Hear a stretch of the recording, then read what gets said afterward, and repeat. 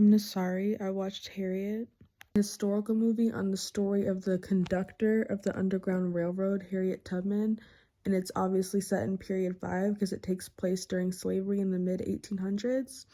Harriet Tubman was a Black woman that grew up on a plantation in Maryland as a slave. Anyone watching this would already know that. But at the very start of the movie, Harriet and her family approached the plantation owners with this document, I'm pretty sure it's a will, that states that Harriet's mother was supposed to be freed at age 45, and I think she was like 57 at the time this conversation was happening. The slave owner asks to see this document and makes it seem like he's going to take it seriously or something. He then proceeds to rip up the document in front of all of them and looks at Harriet and tells her that she will be owned by him for the rest of her life, and her kids will, and their kids will, so on.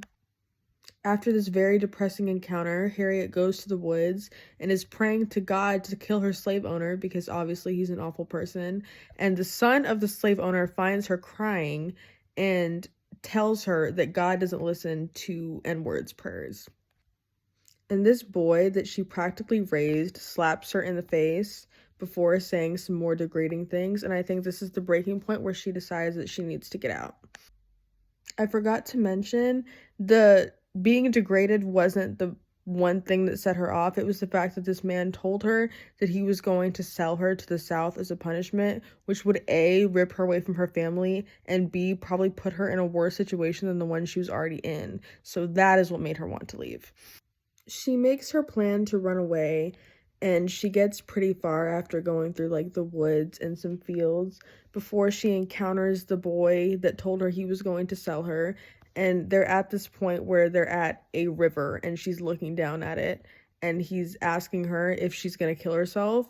And after like debating it for a few seconds, she says that she's either gonna be free or dead and jumps into the river. I just had to get through the building blocks of the plot first, but after getting out of this river and going on a long journey, she gets to Philadelphia and she's free. She has visions from a head injury of being beat as a slave, and she thinks these are from God, but she has a vision that she needs to go back and get her family and her husband. So despite having the first sense of security ever in her life, she still leaves, goes back, discovers her husband is married because he thought she was dead, and is incredibly disappointed but still wants to take people back with her. She continues this routine of bringing other Black people to the North for freedom until the fugitive slave law is passed, which is probably, aside from the entire plot being true, is probably the most realistic part of the movie. North is no longer a safe place anymore, so they start getting people to Canada.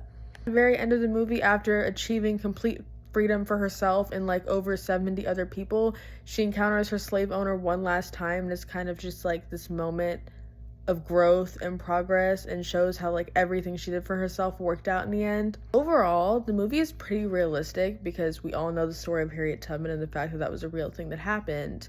I don't know how true the visions are. I've never heard of her having visions from God before watching the movie, but those were a huge part of the movie because it was the visions that were driving her to go back to get people. Not those visions were real, I guess just depends on your religious affiliation.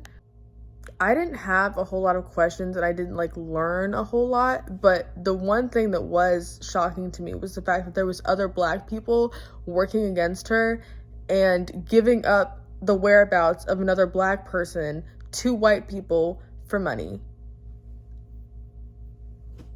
That happening, I guess the answer as to why they did it was obvious, but like I was wondering the whole movie why they were doing that. And it was also shocking to learn that there was Black people doing that and getting away with it. Overall, it was a good movie. I don't like watching movies about Black pain so much. There's so many depressing movies about like all the things Black people have been through. But it was a good movie. They're necessary, but they're hard watches. I watched the movie, but I rewatched bits and pieces today, so